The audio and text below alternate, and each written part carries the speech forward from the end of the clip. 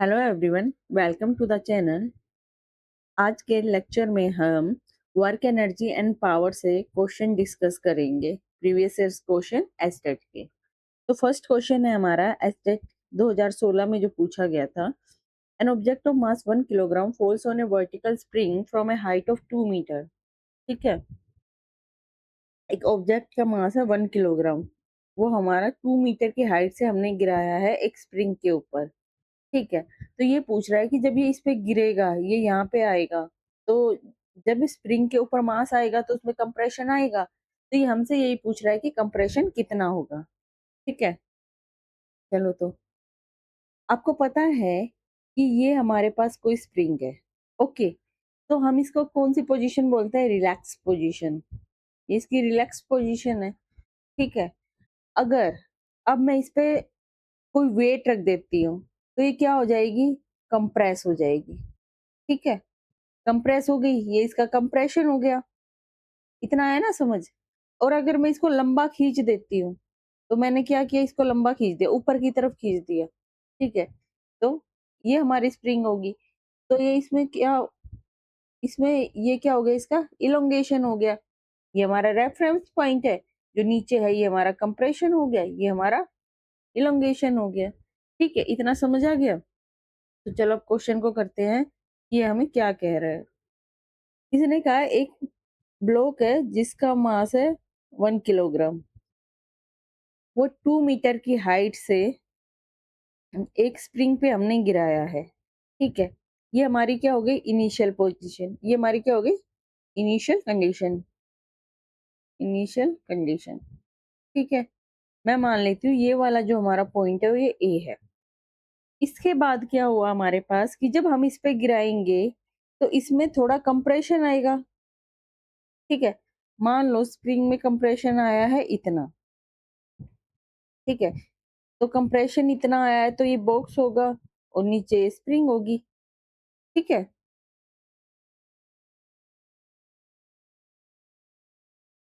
इतना आ गया समझ? ठीक है, ये 1 किलोग्राम है, ये हम मान लेते हैं एक्स है, कंप्रेशन जो है हमारा एक्स है। ओके, इस पॉइंट को हम मान लेते हैं पॉइंट बी यहाँ पे। ठीक है, इस कंडीशन में, और जहाँ पे ये खत्म हो रहा है ये हम मान लेते हैं रेफरेंस लेवल। ये क्या है? हमारा रेफरेंस लेवल।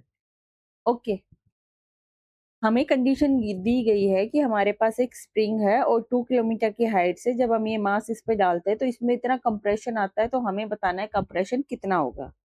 ठीक है, तो यहाँ पे हमारे पास कौन सा लॉ को हम फॉलो करेंगे? Law of conservation of mechanical energy. कौन सा लगाएंगे? Law of conservation of mechanical energy. Mechanical energy, जैसा कि हमें पता है कि इनिशियल कंडीशन की एनर्जी और फाइनल कंडीशन की मैकेनिकल एनर्जी दोनों सेम होंगी। ठीक है, ए पॉइंट पे जो मैकेनिकल एनर्जी है और बी पॉइंट पे। यहाँ पे हमारे पास कितनी तरह की एनर्जी है? ठीक है, फर्स्ट एनर्जी होगी हमारी यहाँ पे काइनेटिक एनर्जी। दूसरी एनर्जी होगी हमारे पास यहाँ पे पोटेंशियल एनर्जी। ठीक है, तीसरी एनर्जी होगी हमारे यहाँ पे स्प्रिंग एनर्जी। स्प्रिंग की वजह से जो एनर्जी है वो स्प्रिंग एनर्जी। आ गया इतना समझ में? ठीक है, तो चलें अब स्टार्ट करते हैं। ओके, जो हमारा ये ब्लॉक है ये हमने रेफरेंस लेवल माना है, तो ये हमारा यहाँ से रेफरेंस लेवल है। अब हम जो भी कैलकुलेशंस करेंगे वो इस रेफरेंस लेवल के हिसाब से करेंगे। ठीक है, ये मेरा कितना था? एक्स। अगर मैं इसको एच मान लूं तो एच हमारा कितना हो गया? 2। आगे समझ में? ये सारी इक्वेशन आपको समझ आ गई होगी, ये डायग्राम। ठीक है, तो अगर मैं एट पॉइंट ए के ऊपर पॉइंट ए के ऊपर हमारे पास काइनेटिक एनर्जी कितनी होगी? हमने इस 1 किलोग्राम ऑब्जेक्ट को फॉल करवाया है। ठीक है, तो इसका मतलब इनिशियली वो रेस्ट में होगा, तो उसकी काइनेटिक वेलोसिटी कितनी होगी? 0। तो काइनेटिक एनर्जी क्या होगी? 0। फिर उसकी पोटेंशियल एनर्जी हमारे पास क्या होती है, mg। h हम हाइट को लेते हैं रेफरेंस लेवल से, यहाँ से हमारे पास रेफरेंस लेवल की टोटल हाइट कितनी है, ये वाली, ये है हमारे पास h plus x into H plus x. अब हमारे पास स्प्रिंग एनर्जी कितनी है इसके अंदर, हाफ के एक्स स्क्वेयर। ठीक है, हमारी जो ये है ये रिलैक्स है, यहाँ पे हमारे पास क्या है, जो स्प्रिंग है वो रिलैक्स है ना, यहाँ पे कंप्रेशन है ना इलोंगेशन है, तो इसकी वैल्यू हमारे पास क्या हो जाएगी, जीरो, क्योंकि एक्स हमारे पास क्या होता है, कंप्रेशन कितना है और इलोंगेशन कितना है। ठीक है, तो यहाँ पे हमने कंप्रेशन को माना हुआ है एक्स। ठीक है, तो ये हमारे पास वैल्यू क्या आ जाएगी, half K into zero is equal to zero. ये हमारा ए पॉइंट के लिए हो गया। आगे हम करते हैं बी पॉइंट के लिए। ठीक है, तो एट पॉइंट बी, अब मैंने क्या किया है, स्प्रिंग को बिल्कुल ही कंप्रेस कर दिया है इससे, तो मैक्सिमम कंप्रेशन पे हमारे पास टर्निंग पॉइंट आता है, और वहां पे हमारे पास वेलोसिटी क्या होती है, जीरो, काइनेटिक एनर्जी क्या होती है, जीरो। तो यहाँ पे काइनेटिक एनर्जी फिर जीरो होगी। पोटेंशियल एनर्जी हमेशा रेफरेंस पे जीरो होती है, क्योंकि यहाँ पे हमारे पास हाइट ही नहीं होती, एच और एक्स की वैल्यू जीरो है। ठीक है, फिर हमारे पास स्प्रिंग एनर्जी क्या आएगी, स्प्रिंग एनर्जी आएगी हमारे पास हाफ के, कंप्रेशन कितना है एक्स, तो एक्स स्क्वेयर। ठीक है, ये टोटल एनर्जी क्या है, मैकेनिकल एनर्जी। तो पॉइंट ए पे जितनी भी एनर्जीज है वो पॉइंट बी की एनर्जीज है वो इक्वल होंगी, तो mechanical energy at point A is equal to mechanical energy at point B. ठीक है, ये जीरो है, ये जीरो है, तो लिखने का फायदा नहीं है, ये हुई, और इसमें ये दो जीरो है तो ये इसके इक्वल, मतलब ये पोटेंशियल एनर्जी इसके इक्वल आ गई है।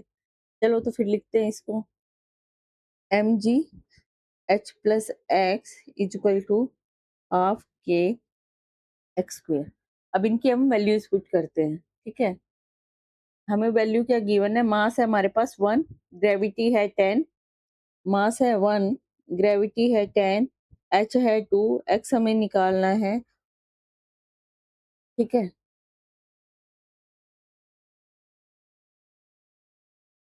के की वैल्यू क्या गिवन है देखते हैं, के की वैल्यू है 200, के की वैल्यू है हमारे पास 200, 100, 10 से 10, तो 2 plus X equal to 10x square. इतना आ गया समझ में कि टोटल एनर्जी पॉइंट ए पे है, वही टोटल एनर्जी है पॉइंट बी पे होगी। ठीक है,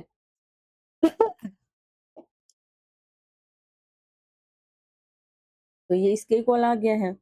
अब हम इसको सोल्व करते हैं, 10x square minus X minus two is equal to zero. अगर हम इसके रूट बनाए, 10 टू जा 20, 5 4 जा 20, minus 5x plus 4x minus two is equal to zero. तो 5x is equal to two minus, एक मिनट, 5 टू जा 10, 2x minus one plus two into 2x minus one is equal to zero. 5x plus two into 2x minus one is equal to zero. ठीक है, इतना आ गया समझ में। तो यहाँ से क्या आएगा, x is equal to minus two by five और वन बाई टू। ये नेगेटिव है तो हम इसको नहीं लेंगे, तो x की वैल्यू आ गई 0.5। क्वेश्चन आंसर में हमारा देखो क्या वैल्यू गिवन है, तो यहाँ से हमारे पास x आ गया इक्वल टू 0.5, जो कि हमारे पास कंप्रेशन है। ठीक है, 0.5 है, हाँ हमारा फर्स्ट ऑप्शन है। ठीक है, आई होप आप लोगों को समझ आया होगा। मूव करते हैं नेक्स्ट क्वेश्चन की तरफ।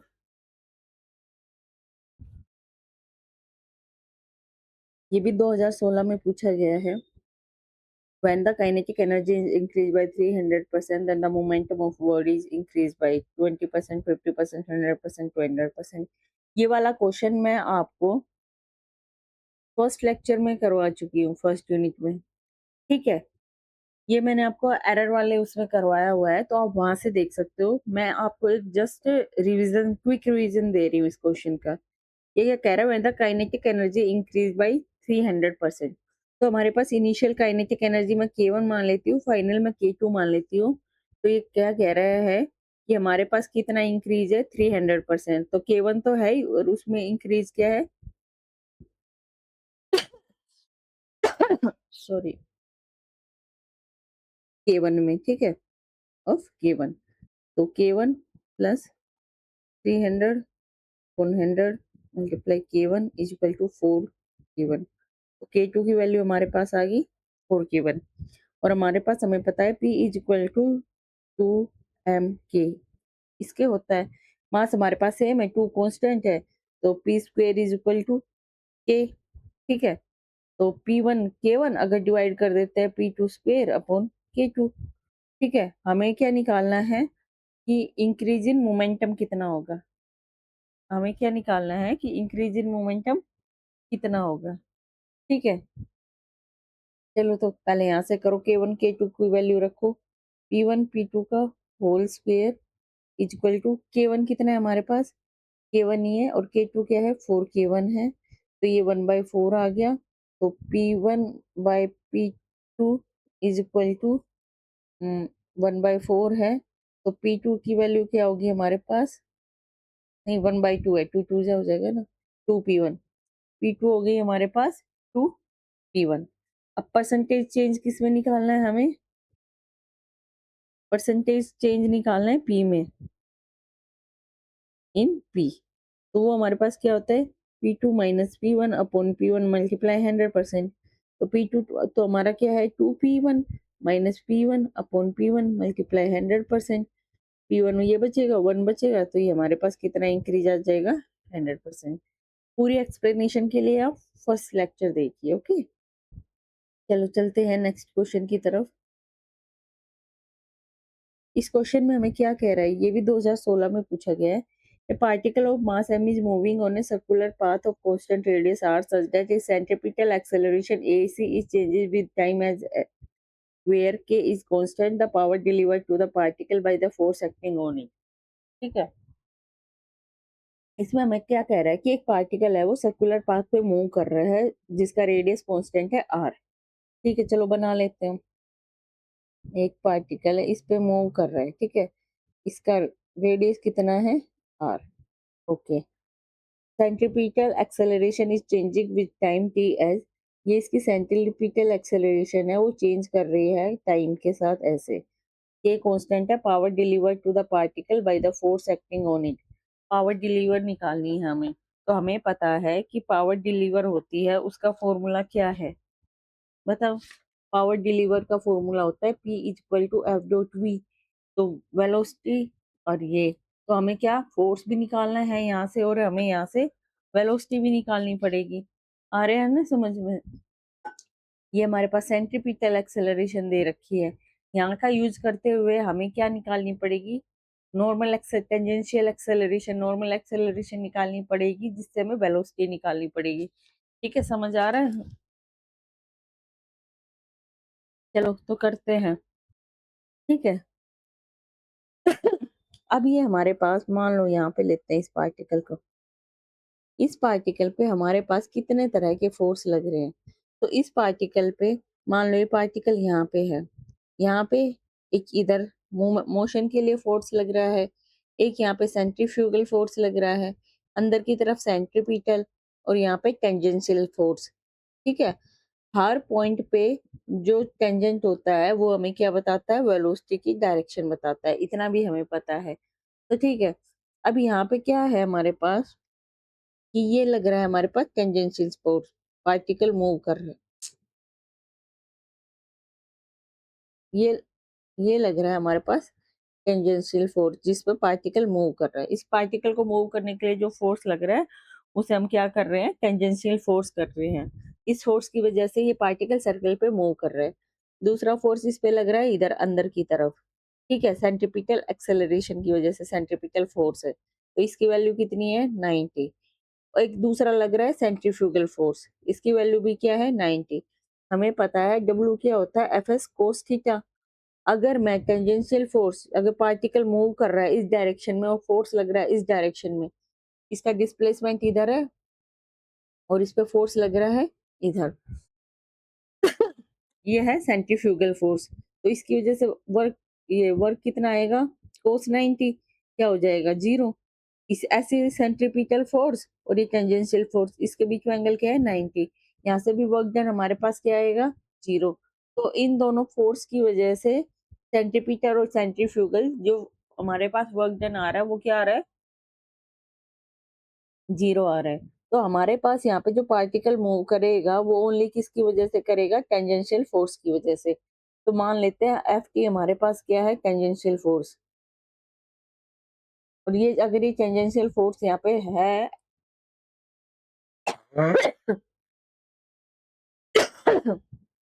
सॉरी, अगर यहाँ पे टेंजेंशियल फोर्स लग रहा है इट मींस जो पार्टिकल है उसकी स्पीड वेरी कर रही है, ठीक है। वेलोसिटी से तो हमारे पास क्या होती है डायरेक्शन चेंज होती है ना, हर जगह जो वेलोसिटी चेंज होती है वो हमारे पास डायरेक्शन चेंज को दे रही होती है, जो ये टेंजेंट हम लेते हैं, इतना पता है ना आपको, ठीक है। तो इस फोर्स की वजह से हमारे पास यहाँ पे क्या हो रहा है चेंज हो रहा है स्पीड में, इस टेंजेंशियल फोर्स की वजह से हमारे पास स्पीड चेंज हो रही है, ठीक है। चलो फिर इससे आगे हम देखते हैं क्या होता है।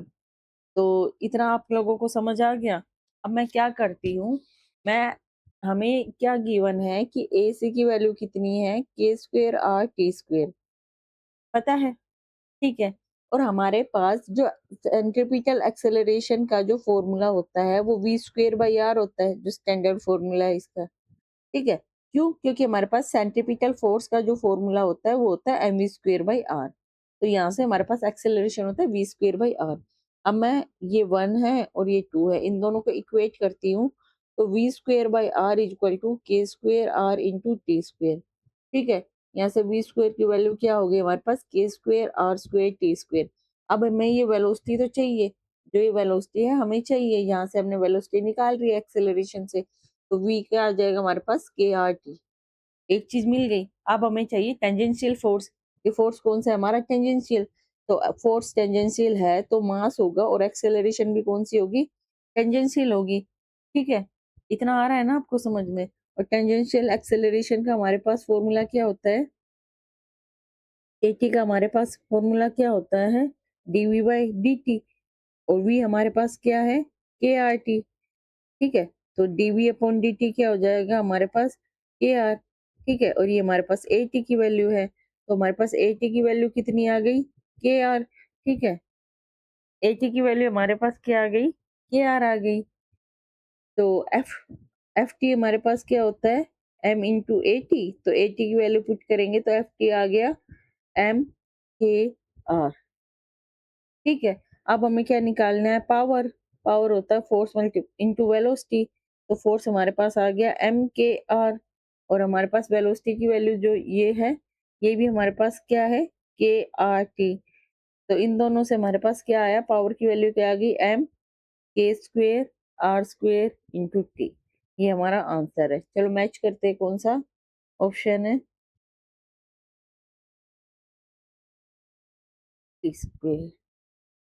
यहाँ पे आई थिंक मेरे ना ऑप्शन में कोई दिक्कत आ गई है, ये आर स्क्वेयर हो रहेगा यहाँ पे, नहीं है सॉरी सॉरी सही है फर्स्ट में है, ये रहा एम के square are square into T, first is हमारा क्या है करेक्ट ऑप्शन है, ठीक है। आपको पता है एस्टेट में है ना इरोडो से भी क्वेश्चन पूछे गए हैं, ठीक है। तो ये 2018 वाला क्वेश्चन है ना, ये कहाँ से है इरोडो से, ठीक है। तो चलो हम करते हैं। इसमें क्या पूछा गया है, a truck of mass m start moving from rest so that its velocity varies according to the law ये, एक ट्रक है उसका मास क्या है m, वो मूव करना स्टार्ट करता है रेस्ट से, अगर ट्रक है वो रेस्ट से मूव करना शुरू करता है तो रेस्ट पे स्टार्ट करता है तो टाइम जीरो है, वहां पे इनिशियल वेलोसिटी क्या है, रेस्ट पे 0 है, और डिस्टेंस कितना ट्रेवल किया है उसने, 0। ठीक है, और ट्रक का मास क्या है, m, और वो किस लॉ को फॉलो कर रहा है, v is equal to a root s। ठीक है, a क्या है हमारे पास कांस्टेंट, और s क्या है, distance covered. The total work performed by the total work performed by all forces acting on the truck during the first t second sorry, after the beginning of motion के begin होने के बाद, the total work performed by all the forces acting on the truck, ये कह रहा है कि total work कितना परफॉर्म करा जाएगा सभी फोर्सेस पे जो ट्रक पर लग रहे हैं ड्यूरिंग फर्स्ट टी सेकेंड के लिए हमें निकालना है। ठीक है, बिगिनिंग होने के बाद मोशन के। चलो शुरू करते हैं। ये हमारी इनिशियल कंडीशन है, नहीं ये हमारी इनिशियल कंडीशन है, ये हमारा रिलेशन है। अब ट्रक ने क्या कर रहा है, मोशन शुरू कर दिया है। ठीक है, अब हमारे पास क्या है, जो वेलोसिटी है वो डिस्टेंस में गिवन है। तो हमारे पास प्रॉब्लम यहीं से राइज हो रही है कि वेलोसिटी डिस्टेंस में गिवन है। तो पहला स्टेप हमारे क्या होगा कि हम इसको टाइम में चेंज करेंगे। किसके साथ टाइम में चेंज करेंगे, जो डिस्टेंस है इसको हम टाइम के साथ लाएंगे। ठीक है, आ गया समझ में,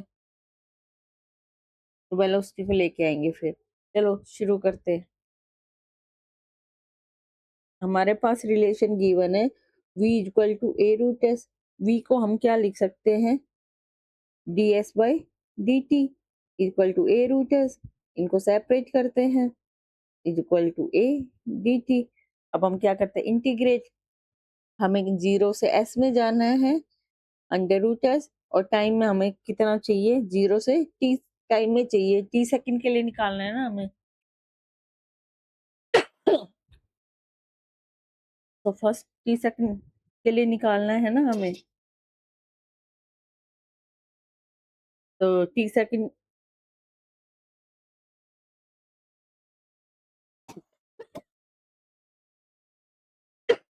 सॉरी।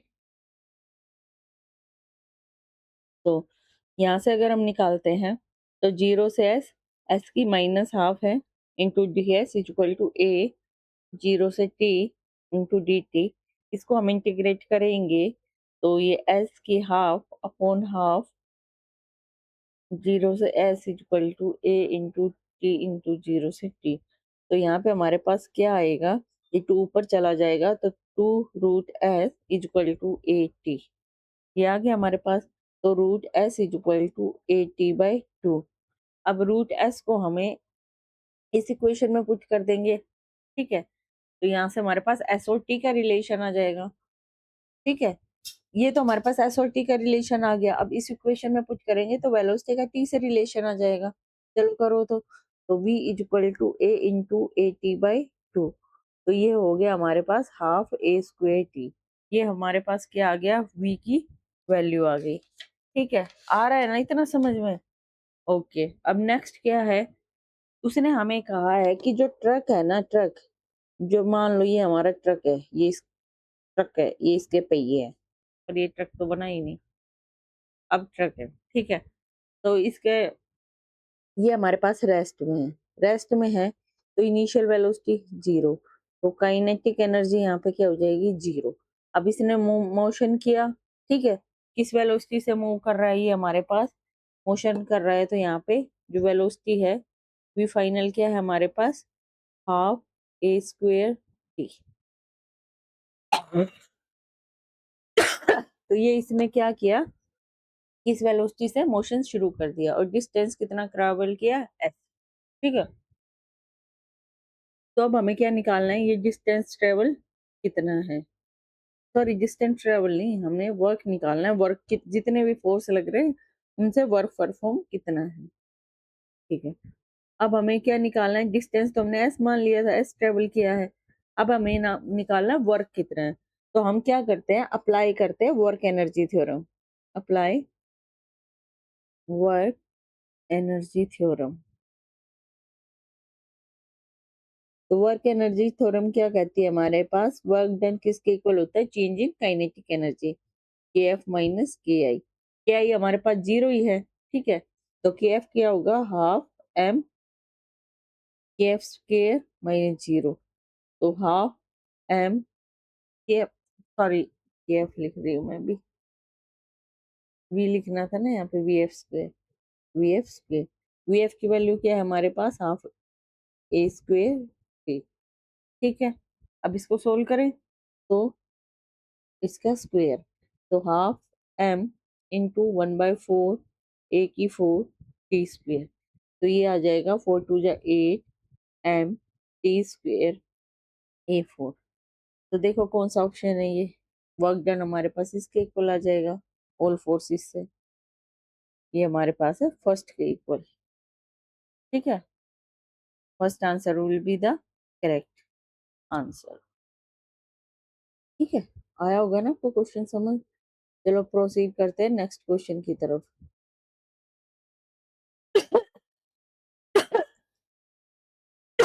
सॉरी, ये हमसे पूछा गया है 2018 में, फिफ्थ क्वेश्चन है ये आज का, ठीक है? इसमें पूछा गया है suppose a particle is subjected to a force, हमें फोर्स क्या गिवन है ये, इससे एक पार्टिकल को हमने सब्जेक्ट किया है, ठीक है?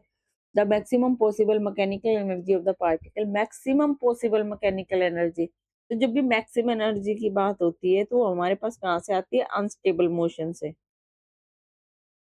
और स्टेबल मोशन पे हमारे पास क्या होता है, जो स्टेबल मोशन होता है उसमें हमारे पास क्या होती है, मिनिमम स्टेबिलिटी, हमेशा मिनिमम एनर्जी के साथ अचीव होती है, so that it execute auxiliary motion is, तो हमें बताना है कि मैक्सिमम पॉसिबल एनर्जी बतानी है पार्टिकल की जहाँ पे ये एग्जीक्यूट करे ऑक्सिलेटरी मोशन को। चलो मैं आपको एक चीज बताती हूँ, एक हमारे पास ये वैल्यू है, एक हमारे पास ये वैल्यू है, ठीक है?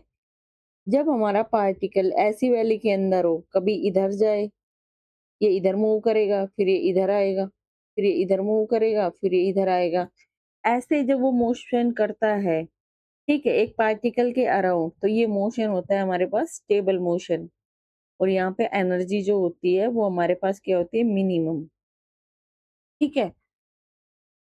और ये वाला मोशन होता है कि जहाँ पे हम पार्टिकल छोड़े और वो दूसरी तरफ चला जाए, वापिस ही ना आए, इस तरह के मोशन को हम बोलते हैं अनस्टेबल मोशन, जो अपने ओरिजिन से दूर जाता चला जाता है, और यहाँ पे जो एनर्जी होती है वो मैक्सिमम, मतलब लार्ज होती है हमारे पास अनस्टेबल मोशन में जो एनर्जी होती है। आगे इतना समझ, ठीक है? इसके बाद क्या है हमारे पास, अब हम इसके बारे में पढ़ते हैं, ठीक है? तो इतना तो हमें पता लग गया स्टेबल मोशन और अनस्टेबल मोशन क्या होता है। तो हमारे पास यहाँ पे ये क्या कह रहा है, हमारे पास एफ एक्स की वैल्यू क्या है, equal to -6x plus 6x square, और एफ एक्स हमारे पास किसके इक्वल होता है, -du/dx। यहाँ से हम क्या करेंगे, अपने अब हम मैकेनिकल एनर्जी के बारे में बात करें तो यहाँ से हमें पोटेंशियल एनर्जी तो निकालनी पड़ेगी, ठीक है? तो -du/dx is equal to -6x plus 3x square, इतना आ गया समझ में? 6x माइनस माइनस साइन वो करते हैं तो D U is equal to 6x minus 3x square into D. अब हम इसको क्या करते हैं, इंटीग्रेट, तो ये x का फंक्शन है तो U x 6x square by 2 minus 3x cube upon 3, यहाँ से आ जाएगा 3x square minus x। I hope इतना समझ आया होगा आपको। सॉरी, ये हमारे पास क्या है, फोर्स गिवन था, वहां से हमने पोटेंशियल एनर्जी निकाल रही है, ठीक है? अब हमें क्या करना है कि इक्विलिब्रियम पोजीशन को फाइंड करना है, इक्विलिब्रियम पोजीशन को हम क्या करेंगे, फाइंड करेंगे, ठीक है? तो यहाँ पे हमारे पास कब आता है, इसकी कंडीशन है कि एफ एक्स किसके इक्वल हो, 0 के, तो -6x plus 3x square is equal to 0, ठीक है? 3x अगर हम कॉमन लेते हैं तो x minus two equal to 0। तो x की वैल्यू 0 आ गई और x की वैल्यू 2 आ गई। हमारे पास ये 2 पॉइंट आ गए इक्विलिब्रियम के। ठीक है, अब हमें क्या निकालना है कि स्टेबिलिटी का नेचर क्या है, स्टेबिलिटी कैसी है, क्योंकि यहीं से हमें पता लगेगा ना मिनिमम एनर्जी है मैक्सिमम एनर्जी है। ठीक है, तो यहाँ से u की वैल्यू क्या थी हमारे पास,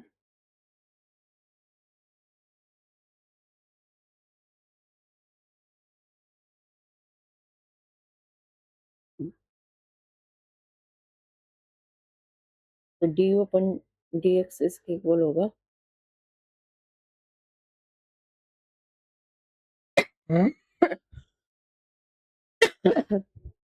D square you upon D x square किसके इक्वल होगा। देखो, हमें जब भी स्टेबिलिटी चेक करनी होती है तो हम कंडीशन देखते हैं कि D you upon D you x square, इसको हम एक्स के जो इक्विलिब्रियम पॉइंट होते हैं उनके ऊपर चेक करते हैं। ठीक है, अगर इसकी वैल्यू ग्रेटर देन 0 है और लेस देन 0 है, अगर ग्रेटर देन 0 है तो ये वैल्यू स्टेबल है, अगर लेस देन 0 है तो इसकी वैल्यू क्या होती है, अनस्टेबल। इसलिए हमने पोटेंशियल एनर्जी निकाली, वहां से अब हम स्टेबिलिटी चेक करेंगे। तो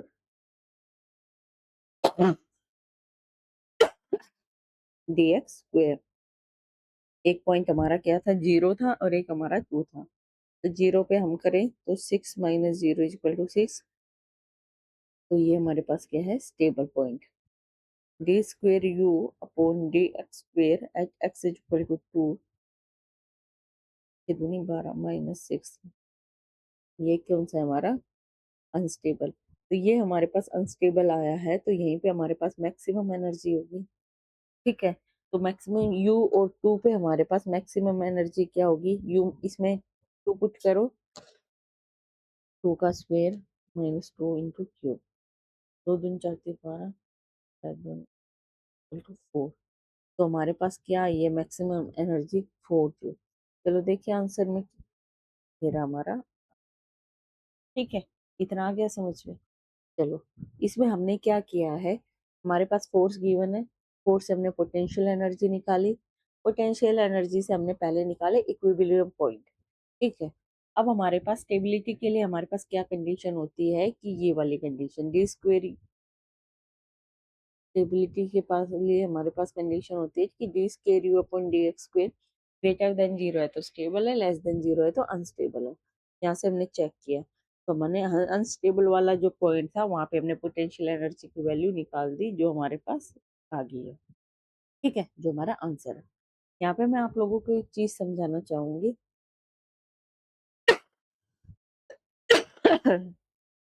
ठीक है, और आप लोगों को पता होना चाहिए कि मिनिमम पोटेंशियल एनर्जी और मैक्सिमम पोटेंशियल एनर्जी कब होती है। ठीक है, मिनिमम होती है स्टेबल पे और मैक्सिमम होती है अनस्टेबल पे। ठीक है, अगर मैं इसका ही आप लोगों को एक आइडिया दूं, तो यहाँ पे हमारे पास स्टेबल कहाँ पे आ रहा है, एक्स, ये एक्स 0 है, एक्स 2 पे तो हमारे पास क्या आ रहा है, अनस्टेबल। अनस्टेबल पे हमेशा वैल्यू ऐसे बनती है, 0 पे हमारे पास क्या आ रहा है, स्टेबल। ठीक है, तो मैं 0 यहाँ मान लेती हूँ, ग्राफ यहाँ से शुरू करती हूँ। ठीक है, ठीक है, तो ये हमारे पास ऐसे बनेगा, इस पे ये ऐसे कुछ होगा। ठीक है, तो जब तक हमारा स्टेबल पॉइंट है तो यहाँ से पार्टिकल इधर मूव करेगा, फिर इधर आएगा, फिर इधर जाएगा, फिर इधर आएगा। तो ये जैसे, ठीक है, और उसके बाद वो स्टेबल पॉइंट पे इधर आएगा 2 पे जो 4 जूल की वैल्यू है। ठीक है, यहाँ पे जैसे पार्टिकल ज्यादा एनर्जी ले लेगा, यहाँ आएगा तो उसके बाद वो सीधा इधर ही निकल जाएगा, वापिस नहीं आएगा। यहाँ पे आने के बाद पार्टिकल इधर की तरफ चला जाएगा। ठीक है, तो जब भी हमारे पास हम पार्टिकल इन बॉक्स ऐसे पढ़ते हैं ऐसे, तो जब इसकी हाइट जितनी होगी ना उससे ज्यादा एनर्जी मिलती है, तभी पार्टिकल उससे बाहर निकलता है।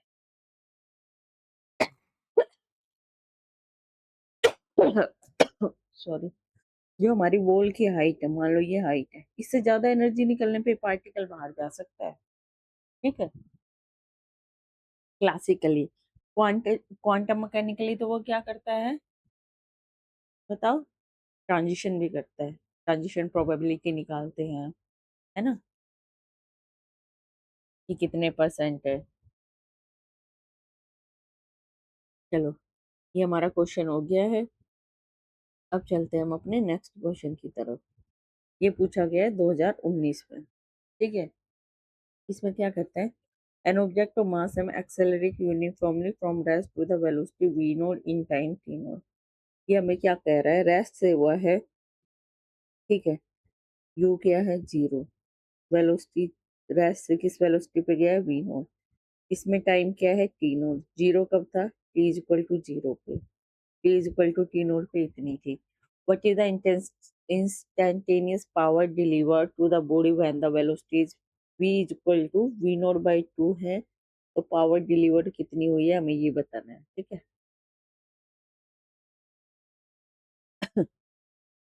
इतना आया समझ में, क्वेश्चन को समझ आया होगा।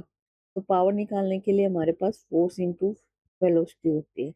वेलोसिटी हमें गिवन है तो हमें क्या निकालना है, फोर्स निकालना है। ठीक है, हमें पता है एक्सेलरेशन होती है D V upon D T, change in velocity upon change in time rate, या हम क्या बोलते हैं, rate of change of velocity. Final velocity, ये हमारी दो कंडीशंस है। फाइनल वेलोसिटी हमारे पास वी नोट, इनिशियल हमारे पास जीरो है।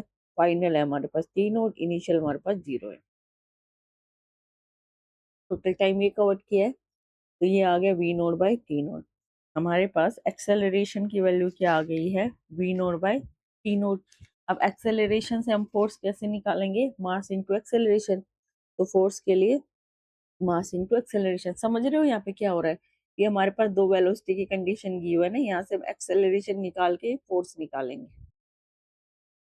तो मास एक्सेलरेशन है V naught upon T naught, ये हमारे पास एफ नोट की वैल्यू आ गई। तो अब हमारे पास पावर क्या होगी, फोर्स इंटू वेलोसिटी। फोर्स हमारे पास क्या हो गया, M V naught upon T naught into velocity हमारे पास क्या गिवन है, वी नोट बाई टू पे निकालनी है हमें, into V naught by two. ये हमारे पास किसके इक्वल आ गया, half V naught square upon T naught. M रह गया हमारा। ठीक है, नीचे क्या आएगा, टू टी नोड। तो ये है टू टी नोड वाला, तो ये आ गया हमारा। कितने इजी क्वेश्चंस पूछ रखे हैं उन्होंने, बस हमें थोड़ा माइंड से प्रेजेंट होना पड़ेगा और थोड़े कंसेप्ट हमें आने चाहिए। ठीक है, अब चलते हैं इस नेक्स्ट क्वेश्चन की तरफ। चलो अब सोल्व करते हैं। इसमें क्या कह रहा है, 19 में पूछा हुआ क्वेश्चन है, stiff spring obeys a force law given by ये, the work required to stretch the spring from the relaxed x is equal to 0 to x is equal to L is W naught। x is equal to 0 से x is equal to L जा रहे हैं, तो जो हमारे पास work है वो W naught के इक्वल है। ठीक है, in terms of W naught, work done to require extend the spring from stretch length to L to 2L।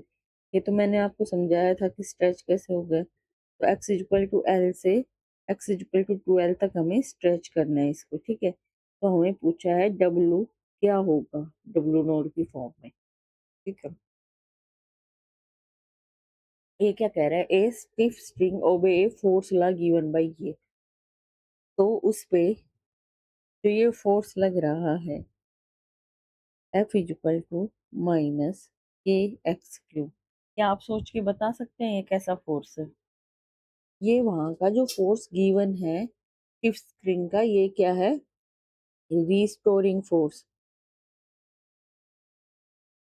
ठीक है, और जब हम वर्क निकालते हैं तो वहां के लिए हमें क्या चाहिए होता है, एक्सटर्नल फोर्स। ठीक है, अब हमारे पास ये एक्सटर्नल फोर्स किसके इक्वल होता है, नेगेटिव होता है रिस्टोरिंग फोर्स के। इतना आ गया समझ में। ठीक है, और ये कहाँ से कहाँ होता है, एक्स, हम कहाँ से कहाँ निकाल रहे हैं, यहाँ पे हम डी एक्स ले रहे हैं, तो x1 से x2। इतना आ गया है समझ में। यहाँ पे हमारे पास जो स्ट्रिंग को स्ट्रेच करने के लिए जो फोर्स रिक्वायर होता है एक्सटर्नल, वो इक्वल और अपोजिट होता है रिस्टोरिंग फोर्स के। चलो तो यहाँ पे वैल्यू रखते हैं। x1 पहले हम W नोट का निकालते हैं, क्या वैल्यू आएगी, तो 0 से L। F एक्सटर्नल कितना है, के एक्स क्यूब, ये तो रिस्टोरिंग है। और F एक्सटर्नल क्या है हमारे पास, के एक्स क्यूब। ठीक है, इंटू डी एक्स। अब मैं शॉर्टकट कर रही हूँ कैलकुलेशन वो करने के लिए। एक्स की 4/4 और 0 से एल। क्या वैल्यू आ गई हमारे पास डब्ल्यू नोड की? डब्ल्यू नोड की वैल्यू आ गई के इंटू एल की 4/4। ये आ गई हमारे पास डब्ल्यू नोड की वैल्यू। अब हम निकालते हैं डब्ल्यू की वैल्यू। ठीक है, जब हम निकालते हैं डब्ल्यू की वैल्यू, तो डब्ल्यू में हमें कहाँ से कहाँ स्ट्रेच करना है? एल से 2L, तो इसकी लेंथ ले लेंगे हम एल से 2L। ये हमारा फोर्स हो गया, और अब हम इसको इंटीग्रेट कर देंगे। ठीक है, तो के एक्स की 4 फोन एल से 2L। तो चलो इसको कैलकुलेट करते हैं। कितना इजी और कंसेप्चुअल क्वेश्चन है कि रिस्टोरिंग फोर्स नहीं लेना, हमें एक्सटर्नल फोर्स लेना है। तो डब्ल्यू इज इक्वल टू के कॉमन है और 4 कॉमन है, मैं इनको बाहर ले लेती हूँ। तो 2L की 4 माइनस एल की 4। ठीक है, तो k/4 इंटू, और एल की 4 भी बाहर ले लेती हूँ क्योंकि इसमें एल की 4 है ना, तो वैल्यू पुट कर देंगे। इसमें एल की 4 क्या गया, बाहर ले लिया मैंने। तो यहाँ पे क्या बता, 2 की 4 माइनस 1 की 4। के एल की 4/4, तो 16 माइनस 1, 15/4 इंटू के एल की 4। डब्ल्यू नोट की वैल्यू क्या है हमारे पास? के एल की 4/4, वो यहाँ पुट कर देंगे। तो डब्ल्यू किसके इक्वल आया हमारे पास? 15 डब्ल्यू नोट। चलो देखिए आंसर में, ये रहा, ये हमारा करेक्ट आंसर है।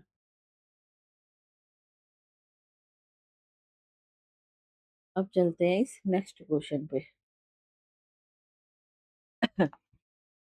इस क्वेश्चन में ये हमें क्या कह रहा है? ये क्या कह रहा है, क्या कह रहा है?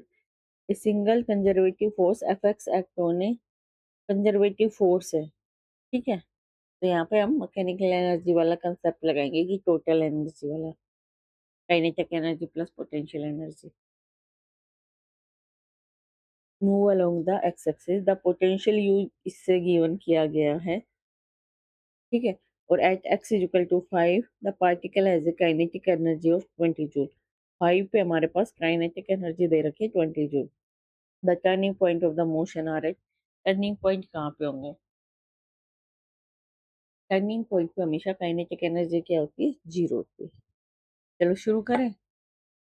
ठीक है चलो, तो हमारे पास, चलो नीचे से ही करते हैं, पर यहीं से देख लेते हैं ना, थोड़ी नीड होगी हमें।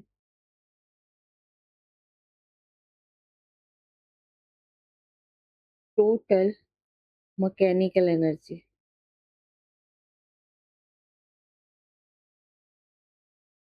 E is equal to K X plus U X. ये टोटल मैकेनिकल एनर्जी है, काइनेटिक एनर्जी और पोटेंशियल एनर्जी का समय है यहाँ पे।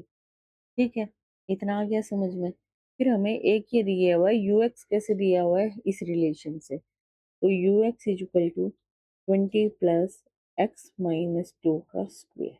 ठीक है, उससे आगे हमें दिया गया है X is equal to 5 metre, kinetic energy के हमारे पास 20 जूल। x5 पे काइनेटिक एनर्जी है 20 जूल। अगर मैं इसमें 5 रख दूं तो ये हमारी पोटेंशियल एनर्जी आ जाएगी 5 पे। तो U5 पे हमारे पास क्या आ जाएगा? Square is equal to 20 plus 5 में 3 3 जा 9 इज इक्वल टू 29 जूल। तो at x is equal to 5, kinetic energy हमें गिवन है 20 जूल, पोटेंशियल एनर्जी मैंने काउंट कर ली 29 जूल। तो E की वैल्यू क्या आ जाएगी? E की वैल्यू क्या आ जाएगी हमारे पास, इन दोनों का सम,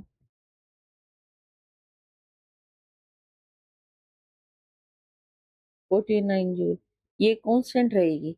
E की वैल्यू तो हमारे पास जो है वो कांस्टेंट रहेगी। क्या? तो हमारे पास काइनेटिक एनर्जी और जो पोटेंशियल एनर्जी है इनमें डिक्रीज और इंक्रीज आता है, पर ये हमेशा कांस्टेंट रहती है। ठीक है, इतना आ गया समझ। तो E की वैल्यू तो हमने निकाल ली। अब E की वैल्यू हम ऊपर रखते हैं फॉर्मूला में।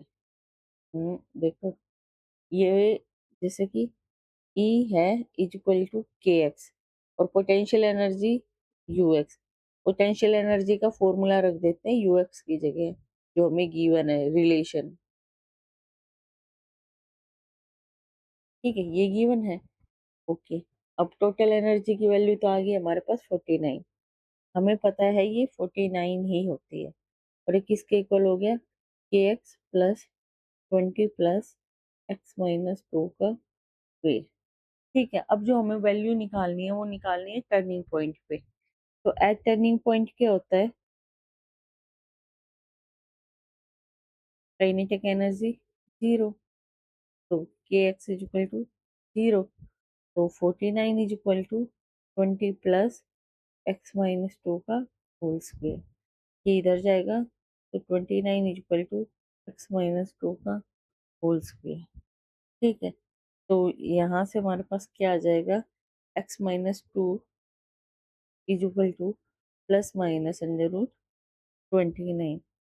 ठीक है, ये आ गया इतना समझ में? अब प्लस माइनस अंडर रूट 29 की वैल्यू है हमारे पास 5.385। ठीक है, तो x इज इक्वल टू क्या हो जाएगा? Plus minus 5.385। ठीक है, प्लस में 2। तो x1 किसके इक्वल हो जाएगा? अगर हम इनको ऐड करते हैं तो 7.385। और अगर हम इसको माइनस करते हैं तो माइनस 3.385। ठीक है, ये हमारे पास अपर बाउंड्री है, ये हमारे पास कौन सी है? Lower boundary. और ये कौन सी है? अपर। ठीक है, तो हमारे पास देखते हैं टर्निंग पॉइंट की वैल्यूज क्या आई है। माइनस तो 3 है, -3। -3 इसमें है, तो हमारा करेक्ट ऑप्शन कौन सा है? सेकंड। मैं आपको एक चीज बताती हूँ, चलो यही बता देती हूँ। ये है, ये हमारे पास क्या होती है? Total mechanical energy. ठीक है, यहाँ पे हमने ई ली है। और ये kinetic energy plus potential energy का क्या होता है? सम। ठीक है, ये हमारे पास है मैक्सिमम हाइट। मैक्सिमम हाइट पे हमारे पास क्या होती है? पोटेंशियल एनर्जी ज्यादा होती है। ठीक है, मैक्सिमम हाइट पे यहाँ पे हमारे पास ये जीरो होता है, तो मैक्सिमम हाइट जो उस पर काइनेटिक एनर्जी होती है जीरो। उसके बाद ये क्या करती है? ऐसे बढ़ना शुरू करती है। ठीक है, और मैक्सिमम हाइट पे पोटेंशियल एनर्जी होती है मैक्सिमम। पोटेंशियल पोटेंशियल कितनी होती है? मैक्सिमम। तो ये हमारा ये ग्राफ होता है। एक मिनिमम होती है, एक मैक्सिमम होती है, और दोनों घटना बढ़ना शुरू करते हैं। यहाँ पे पोटेंशियल एनर्जी क्या हो रही है? डिक्रीज हो रही है। यहाँ पे काइनेटिक एनर्जी क्या हो रही है? इंक्रीज हो रही है। समझ रहे हो? जो हाईएस्ट पॉइंट है ना, ये हाईएस्ट पॉइंट पे पोटेंशियल एनर्जी क्या होगी? मैक्सिमम। और काइनेटिक एनर्जी क्या हो रही है? जीरो। ठीक है, जैसे जैसे फॉल करती जाएगी पोटेंशियल एनर्जी, ये क्या करती जाएगी? काइनेटिक एनर्जी में कन्वर्ट होती जाएगी। और हर पॉइंट पे इसकी वैल्यू क्या रहेगी? ये कांस्टेंट वैल्यू रहेगी। कहीं भी ऐड करेंगे इसमें, इतना ऐड किया तो भी यही आएगा। यहाँ पे इसकी वैल्यू ये है, यहाँ पे इसकी वैल्यू ये, ऐड करेंगे तो ये इसकी वैल्यू आएगी। ठीक है,